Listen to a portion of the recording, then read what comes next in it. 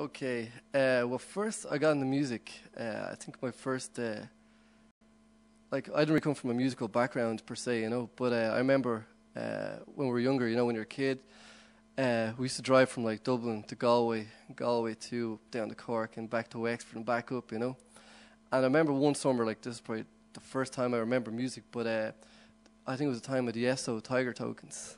And the further you drove, the more petrol you got and the more tokens you got, And I remember my dad really got into this, like, and, what he was going to get all the cassettes that they had listed. So, like, you had Philomena Begley and all like that, and a bit of Johnny Cash and stuff like that. But really, to be honest, I got completely sick of those tapes after 2 weeks.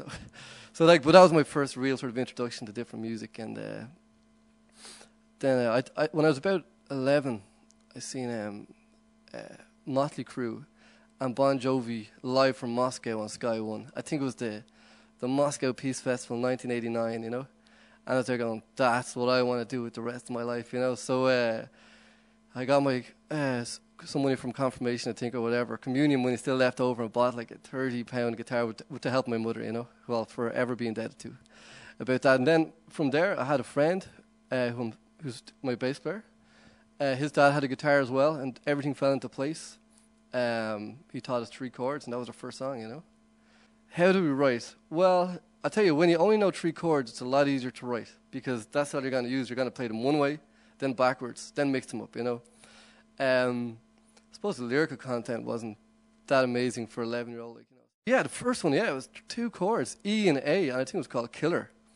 And it was funny, we had this little boombox. I don't know if you remember them, but like it was like there was no real, like, if you had a hi-fi back in them days, like, whoa, you're rich, but like you had this little cassette player, and it always ate your tapes regardless after a few years. And we sung the song. I think the first time I was like, no man's gonna get me except for Killer, Killer, woo, and that was a repeat, like, very catchy song, And I have to credit my bass player Ross Nelson for the outro, which says Killer, Killer, Killer, Killer about 16 times in a row. And but around that time we got into Iron Maiden as well, so like all that, sort of myths and creatures and all that type of stuff. But what's kind of freaky though is somehow the tape got twisted just before that mid layer where it goes Killer, Killer, Killer, And so the whole song went through, and then it started going Rillick, Rillick, Rillick, Rillick, Rillick, and everybody thought we're like sort of into the satanic music. So that's kind of interesting though. Well, they have changed over the years. And what's kind of weird is I'm actually going back to a lot of the music I initially was into, which got me into music, because when you're a teenager, I think that's the music that really makes an impression on you and sets you off. To cut a long story short, like, I love everything. Like, my first favorite bands were Motley Crue, Iron Maiden, Guns N' Roses, Nirvana. Then I was very lucky because the grunge scene exploded, and like we had amazing bands: Soundgarden, Pearl Jam, Red Hot Chili Peppers, Blood Sugar Sex Magik, incredible album. So from there, I was playing in bands all through my teenage years. When we were 17, we were so lucky we got to support Fear Factory on their European tour. I was like, good God, I'm never going back to school. This is it, And they realized how crap the music business is and you stay in school. And so basically, I got into that. But then I know there was dark days for music, and Scooter, and there was a lot of dance music, which just was not my cup of tea, and all my friends were into dance. So I put down the guitar for about 6 months, completely pissed off with music and everything in general, because it was getting really bad, So then I really got into it. I found an old cassette, soul collection, and that got me to like Stevie Wonder, Burt Bacharach, his writing with David Hall, and Aretha Franklin. And for the next 2-3 years, I just listened to soul music, Frank Sinatra. I don't think I listened to anything after 1978. And I loved, like, that was my thing. And then I got really big into the Beatles. Started learning to craft songs properly and production with George Martin, and pretty much like that. And I got into that music then. There was a lot of good music after that. But now I find myself going back to albums like Jane's Addictions, Ritual to the Habitual, and all that. So I listen to everything. For years, I would sit down to write a song, and nothing would come. And then I'd be in rehearsals, and I'd play something, or sing something, or a melody would come to my head, and there would be the song. 5 minutes, that's it. Then there would be other songs I'd have to labour over. But, the ones that come very quickly are really special to you. And I found out there a while ago, there's a very good songwriting book by a girl called Sheila Davis called Songwriting Ideas. And you do a sort of psychology test on yourself to find out how you think. Like, it's like, that's incredible, you know? And basically, the way I write from doing the test is I do a lot of stuff off the cuff, like, you know. And so what you have to do is you have to distract yourself. So just say I'm gonna do the housework, you know. Then you're hoovering, go, God damn it, that's a great idea for a song, and then you go off, and pretty much it'll come from an idea. And there's two ways you can do it. You can have an idea for a song and a great line, a hook, and kind of go, okay, and that'll sort of guide you where the song's gonna go. Otherwise, you can have a great riff, and then that'll sort of tell you where the lyrics are going to go as well. So one will sort of guide the other, and I think it's important to listen, really. And then we get into the studio, you realize it's 6 minutes too long, and it's, you know, too many verses, too many choruses, then you have to learn to edit it all down. So, oh, wow. Well, my first gig was when I was 12. I was in 6th class, we made our confirmation. And I brought in my guitar, and I played a few songs, and it got confiscated. So that's pretty memorable. I wouldn't get it back for a day. I had to send my ma down to the principal to get it back. What else? No, I've played loads. When I was in bands when I was teenagers, like, we always used to go down to local discos and say, can we play beforehand? And like, there's a lot of memorable gigs for that as well. We got to play Witness when I was the first 2 years that was there, which is pretty cool. I got to meet Paul Weller and a few other people, and I normally don't try to be starstruck, but I was like, God, fucking Paul Weller. Can you say that? Fucking Paul Weller.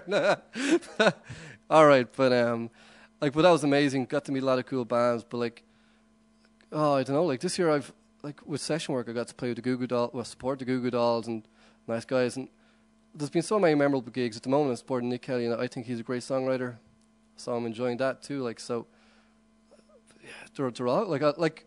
You know, there's so many good ones, you know. You can't just pick a few, but I suppose Nick Kelly gigs, sporting Goo Goo Dolls, and witnessed the first few years. And my very first gig as a solo artist about 2 years ago in Bewley's. That was great. If it was a living artist, I suppose it would have to be Kings of Leon. I really like their stuff. And as I think it's a shame, like, they're not as big in America. But I think they're amazing. They've never sold out, they've never pandered, they've always done what they want to do. And they have that classic sort of rock type sound, which I sort of grew up on. I suppose if I could pick any artist, it would probably be Led Zeppelin.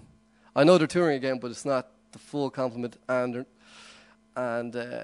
not the same band really. Like the tunes are still there, but like those boys wrote the book and rock and roll, you know. Yeah, there's quite a few. Yeah, Nick Kelly obviously is one. There's another Irish songwriter called Ollie Cole, who I think is fantastic. He's very good. And I love U2. I know a lot of people say, oh, God, U2, but they're fantastic. Like, I'd give anything to write Octung Baby or Joshua Tree and be around for 25, 26 years. And also there's a lot of great local bands. ITO, I've played with them a few times with good friends of them. They're amazing. Brian McGovern, Lisa McLaughlin, just great Irish artists. Well, I would definitely say it's Who You Know. For years, I was just a guitar player in bands, and somebody else said, yeah, I'll take care of it. And, you know, people had a few connections, but it's a lot of hard work. So if you want to do it, you got to be very passionate. But then there's the flip side to it. If you stay at home and practice all day long, you might be good, but nobody's going to hear you. So, you got to get out and meet people and play gigs. And I don't like the word networking because it sounds like people just use each other to get gains out of it. But I really enjoy helping people I like and who I admire as people and as artists. So it's all about getting out there. But and there's so many people doing it. So, you know, it's more like, you know, you get to have a bunch of friends. Then when a gig comes up, like, you know, I've a few friends that are in PR now and a few friends in different bands and different venues. So it's getting easier, but it's very hard. You have to have a lot of time and a lot of patience and a hard neck.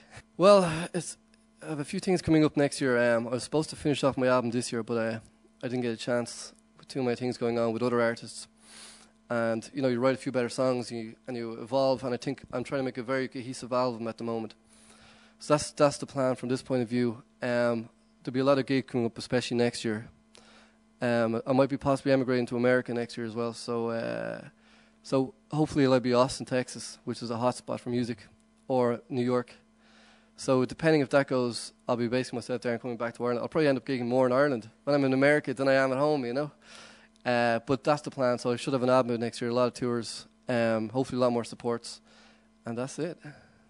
And I'll be able to put up my MUZUTV video as well. That's the next thing to do.